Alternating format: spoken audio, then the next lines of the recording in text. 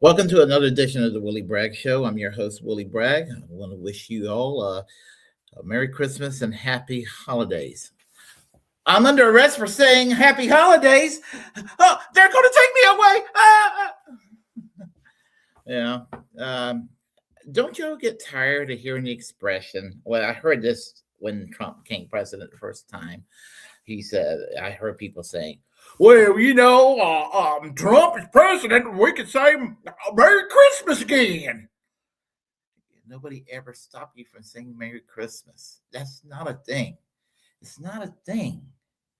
And so every year, Fox News and right-wing outlets all over the country has gotten into an act of just pulling this out of their asshole about this fake war on Christmas. Yeah, this war is caused by the right wing, accusing people of committing a war that's not there.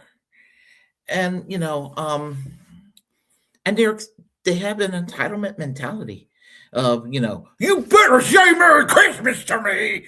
I expect you to say Merry Christmas to me. And then, somebody's Jewish or Muslim or Jehovah's Witness or whatever alternative faith, you're going to receive a Merry Christmas whether you like it or not. That's kind of the mentality that exists among the right wing. It seems like that's how they sort of view it. And it's ridiculous. We can't have nice things because people get to fight over this stuff. This is why we can't have nice things in this country. And so I just want to go and address this issue and see what we can do about it and try to talk to people who may be reasoned with, that have bought into the propaganda of the war on Christmas. I know it sounds very shit-libby to talk about this on Christmas Eve, the day of Christmas Eve. I know it sounds shit-libby, but it kind of ties into a bigger context of why we can't have nice things. So in this country, it's just one of many things, and things that goes unanswered, and things that are just accepted in this country. And I'm frankly sick and tired of it. So before we get started, let's go with our shout outs today. We have Cisco. How are you doing? It's been a while since I've seen you here. I think your wife, how's your wife doing? The war on Christmas is fake as fuck. Always has been. Absolutely, absolutely. Max Sarjay, how are you doing today? Quiet. I got to get my beauty sleep in. I am always getting my beauty sleep. I got my beauty sleep last night, even on a live stream. I have to apologize once again to Warren when whenever I get a chance. I've still got decades when it comes to beauty sleep for myself. Shumdit says, Willie. Hi, Shumdit. And that's how you pronounce the name? Yep, Shumdit. Hi, Max. Good to see you as always. And we have here CBC voter. Happy New Year's Eve. Okay.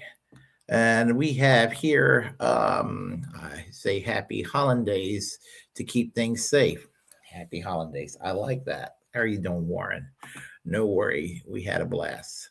Yeah, but I still felt bad about that. I still felt pretty damn bad about that. So, but anyway, yeah, as I said, it goes unanswered. It just, the people are under this notion that a president can give an executive order and that or what have you, and somehow that is unlawful, that we have to be on guard of ourselves. Not just Christmas, Easter, same thing with Easter, that we're having to walk around eggshells, trying not to offend purple and green rainbow hair people. Oh my God, you say Merry Christmas, you said Happy Easter, or whatever other things that kind of reminds people of a 1950s style sensibilities, or a Norman Rockwell painting, or what have you.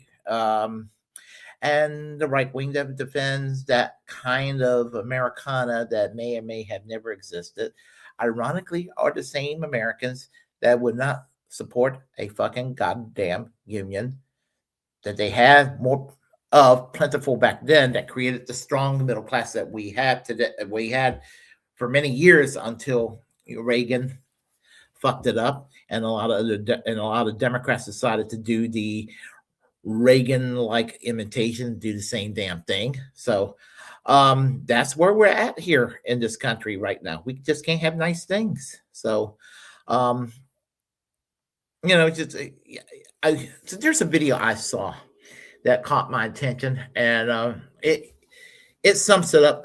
Right now, it's called let's see, what's the name of that channel? How to Win the War on Truth is a small channel, but it's talk about the truth about the war on Christmas, and the person kind of hit the nail on the head. And so I think that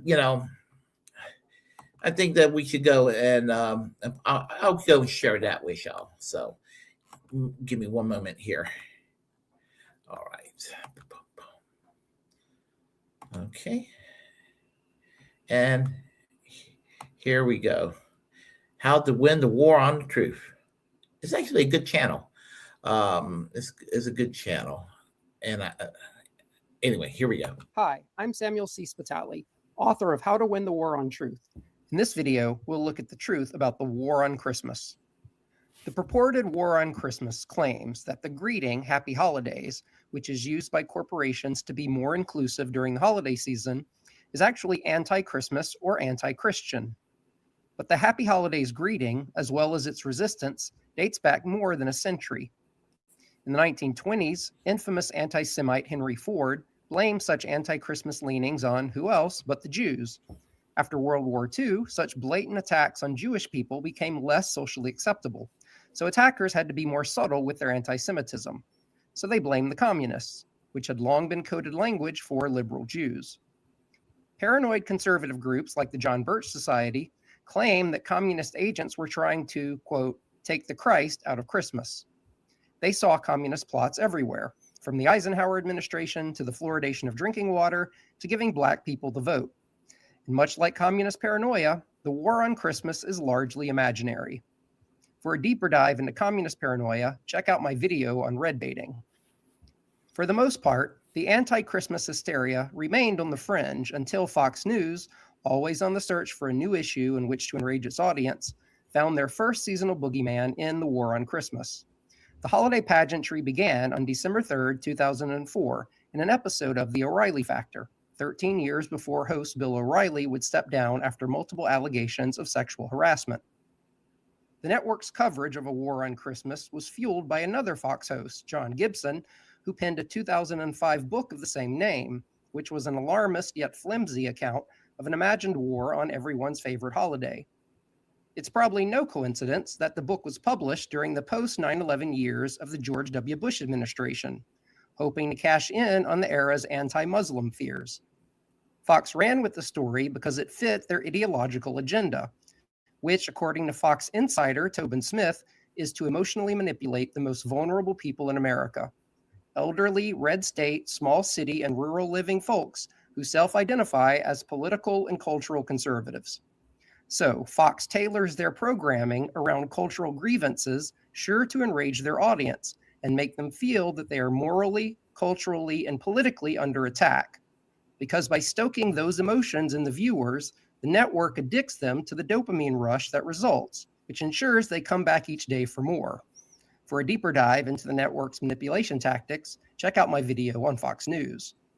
Each holiday season, like clockwork, the network searches for obscure examples of someone in America trying to be more inclusive, so they can amplify it or distort it into a national controversy.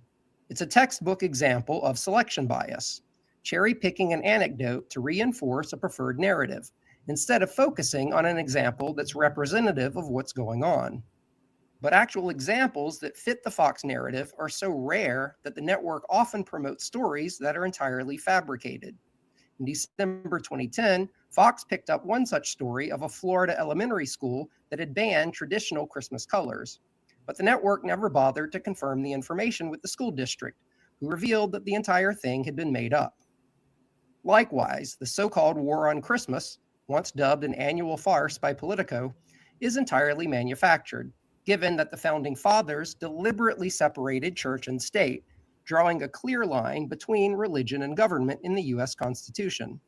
In fact, most of them were known atheists, agnostics, and deists who rejected the supernatural.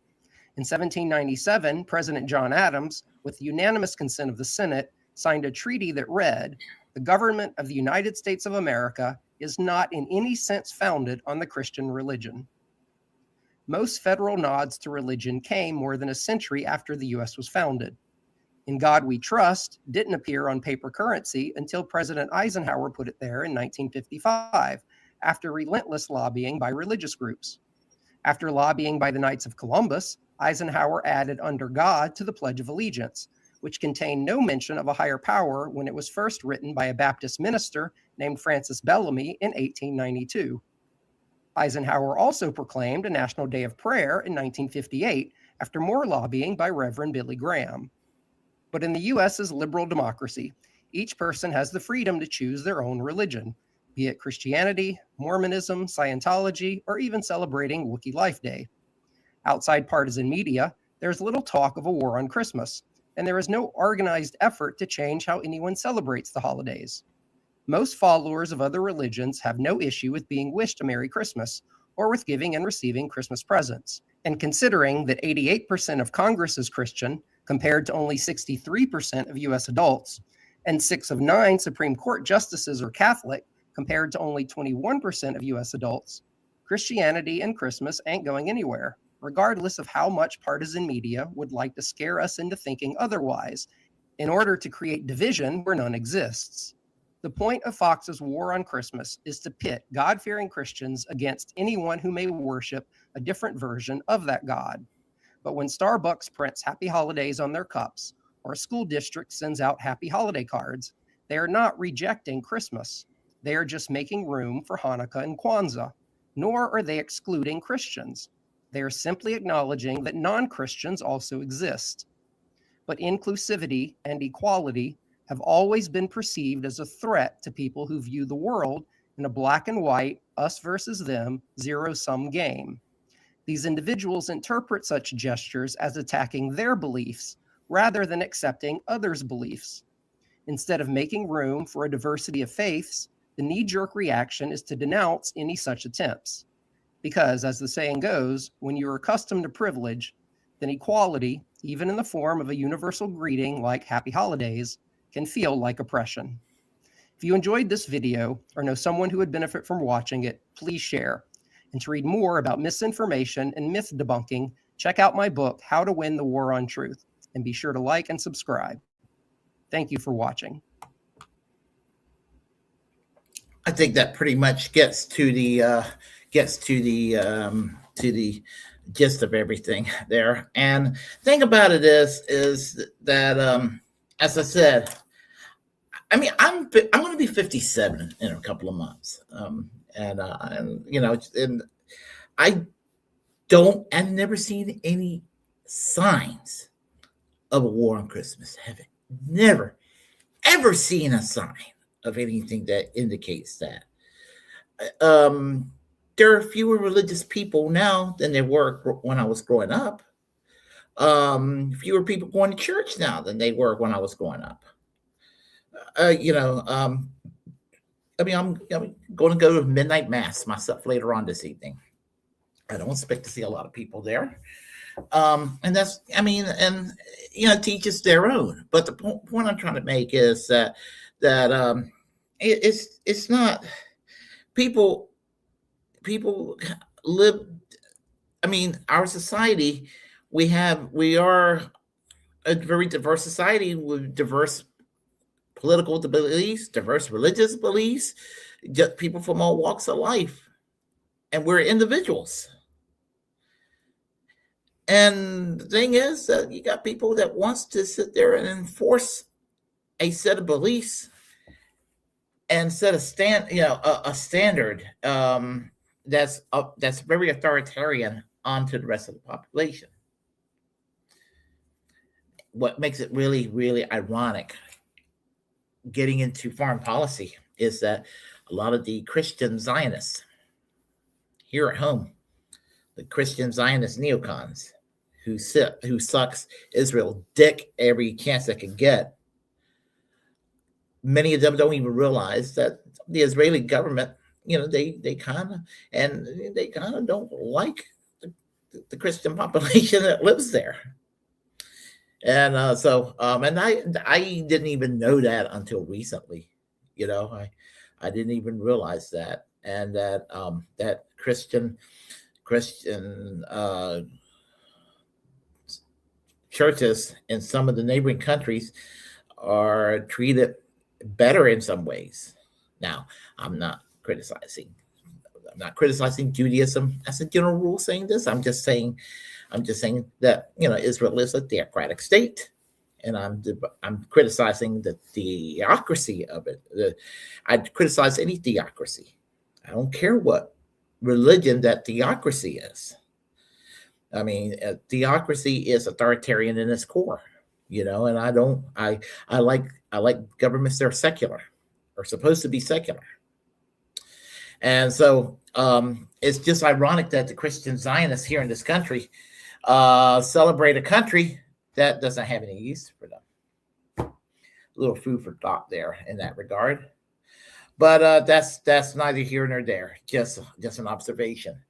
But here's the thing. There is no war on Christmas. It's a farce. It's fake news.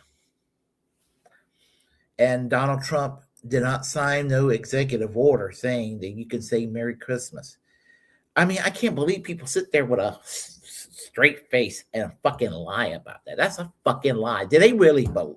I mean, maybe some of these people really believe that Donald Trump signed some executive order. You know, I mean, you know, when Joe Biden was president, he sucked, just like Trump sucks. But you can say Merry Christmas. I've heard Joe Biden say Merry Christmas. I heard Barack Obama and Bill and Hillary Clinton say Merry Christmas. I'm sure there are some weirdo out there that's offended by the term Christmas and get all snowflakey and everything. I don't want to even say that they're left. They're in a category by itself. Christmas is largely cultural anyway. And you know, for me, frankly, it's one of my favorite times of the year. I mean, I took my time a little bit because I work graveyard shift. I end up, you know, I decorated my house here and all, and it took me a while because I work graveyard shift and all that. But you know, finally did get it get it kind of looking pretty decent, I like to say. And you know, and I look forward to this time of year. I don't like taking it down all at once, so I take it down in stages afterwards. But nobody's sitting there arresting me or giving. Nobody's slapping me with a notice to take down my wreath from the doors and all of that. I'm not, you know, I'm not gonna. Nobody's gonna stop me from entering my church where I go to midnight mass. Nobody's gonna stop me from doing that. Nobody's going, you know, nobody's sitting there. You know, you're not going to have, you know, Antifa like people out there attacking people dressing up like Santa Claus. I mean, some of the stuff that people just dreamed up in their minds that they let Fox News and Newsmax and One American News Network. How in the world you let those 3 news network and all these AM radio stations and all these right-wing social influencers saying these crazy things and making people into I'm not a PC person. Sorry, I'm going to use the word. Making them into just stupid little redundant fucking retards. Why? Why do they allow themselves to just to allow their brain to go into mush like that? You know, with no sense of critical thinking. And I don't claim to be the most intelligent person in the world. Far from it. But, you know, I sure as hell am not going to sit there and fall for every piece of propaganda hit piece you can imagine, or enthusiastically embrace every silly conspiracy, acting like you got a bigger edge than everybody else on that conspiracy theory. You know, what the hell's wrong with some of these people? I just don't get it sometimes. But anyway, that's kind of what I wanted to talk about, and you know, just share that. You know, and I just kind of want to know what y'all think in that regard. You know, what can we do to sit there and stop this propaganda? 20 years ago, I remember a lady, a Lutheran priest, coming up to me telling me how offended she was that somebody at Crabtree Valley Mall told her happy holidays. And I said, if somebody said happy holidays to you, they're pretty damn stupid, because, lady, you got a collar around your neck.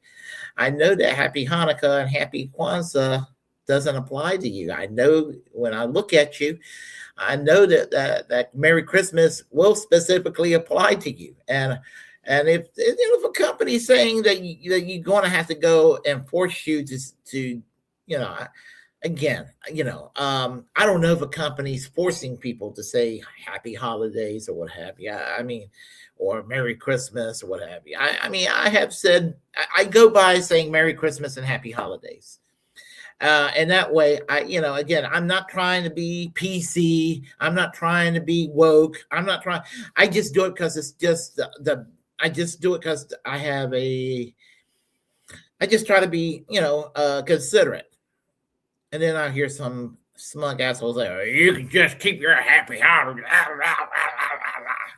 Okay, whatever, And then when they do that, then I just want to go all happy holidays on their ass. So that's where I get mean at that point. But, anyway, I just wanted to get kind of that out of my chest. So I'll talk to everybody here on the chat line. And then this is a quick video. I just wanted to go and talk about this, a little bit of hee-haw fun, and just something also a little bit serious, more serious than we think. And although, as I said, it sounded shit maybe on the surface, I think it needed to be talked about because it does play into a bigger question as to why we can't have nice things. So there is that. So let's see here. Warren says, look, you sacrificing sleep to come out, hang out with us was very much appreciative.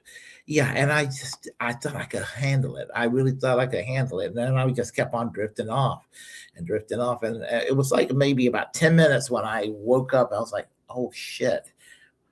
I feel horrible that I did that. Anyway, just thank you for having me on Festivus. Just the same. Literally, happy Merry Christmas to you too.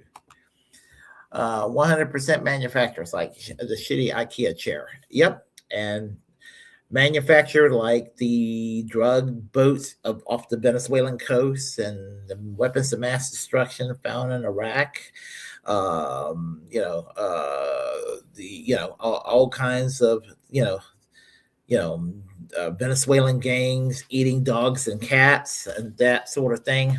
A lot of things have been debunked, and when it gets debunked for somehow, people still believe was whatever they want to believe. People want to look for reason to be pissed off. I have realized. So, why do we still pledge allegiance to the fabric? Well, I don't pledge allegiance as a general rule. I don't, because I'm not a nationalist. And I'm not really even patriotic. And I think there's a difference between being patriotic and a nationalist. Patriotic is not necessarily. It can be benign. You can love your country without being a douche about it. Nationalism is taking a fanatical love of your country and doing it in an authoritarian sort of way, to the point where you're willing to hurt people that disagree with you and that sort of thing. Nationalism is just it's just the last bus stop or the last stop before you get to outright fascism. It's not quite fascism, but it's the next step before you get to fascism. That's my problem with nationalism. So I do say, as a general rule, fuck nationalism. A lot of propaganda out there. You're right, Cisco. Let's see. Somehow our oil underneath the Venezuelan dirt. Here's the thing about Trump. The thing about Trump is that and I was saying this to my dad this morning, my mom and dad this morning, that I never voted for Trump. I never will vote for Trump. I never ever supported Trump, but I didn't hate him the first time around the way I hate him now. And because he governed kind of moderately the first time, it was just like he was slightly to the left of George W. Bush with some mean tweets. That's the best way to describe Donald Trump. Slightly to the left of George W. Bush with mean tweets from 2017 to 2021.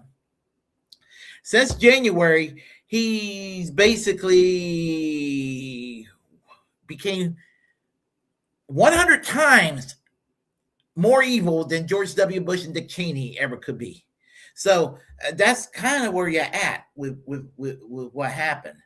And so the point I'm trying to make is that if Donald Trump was anything like his first self, which means that he would have believed in the art of the deal, was the name of his book in 87, that instead of trying to sit there and do regime change the way he's doing it now, and Max Blumenthal says something about it when the attempt to end his life last year took place, that Nicolas Maduro gave his condolences to Trump, saying that he didn't fault Trump, that he knew it was John Bolton that was leading him along. And it could be the same thing now, instead of John Bolton and some of the other neocons, and certainly Marco Rubio is in that category. And these motherfuckers they would like to see him, Maduro, toppled.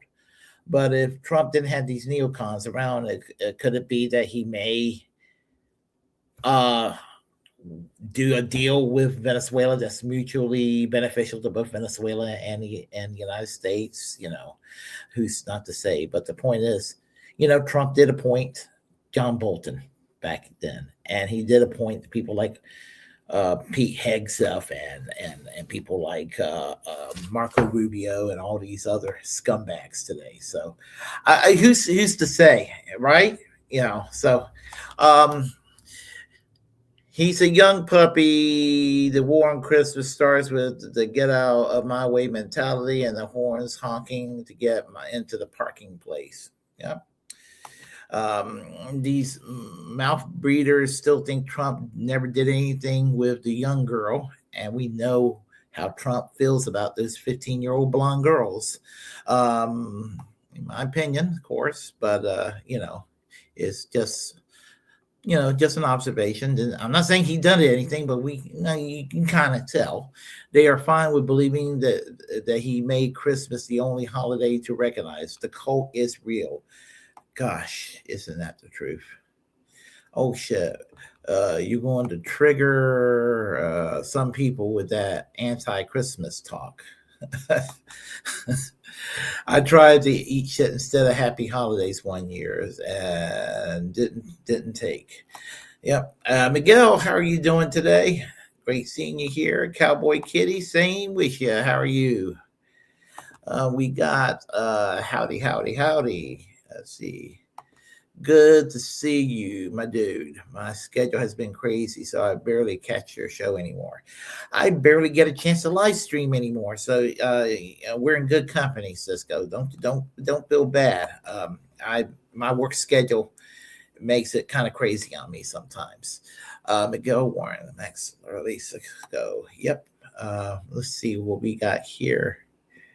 We have any newcomers? Yes, we do. Kamashwari K, how are you doing? You're back from the woods. How was the woods? I hope it was a good trip to the woods there.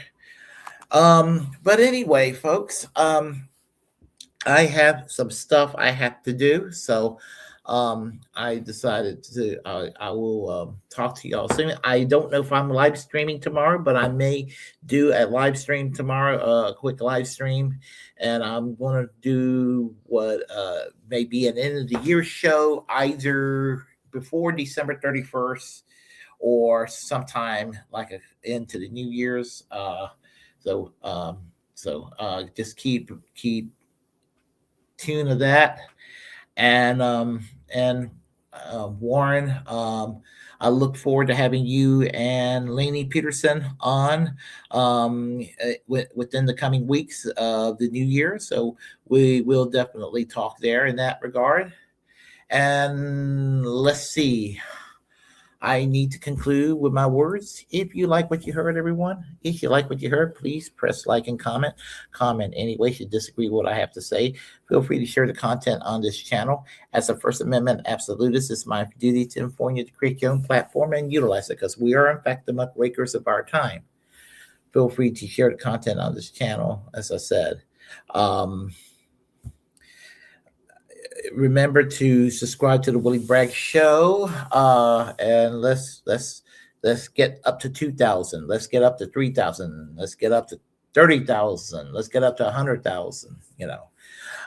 Let's keep the party going. In other words, and remember to free and pardon Ed Snowden, free Palestine, free healthcare for all, and fight like hell to keep our First Amendment rights and keep our free speech free.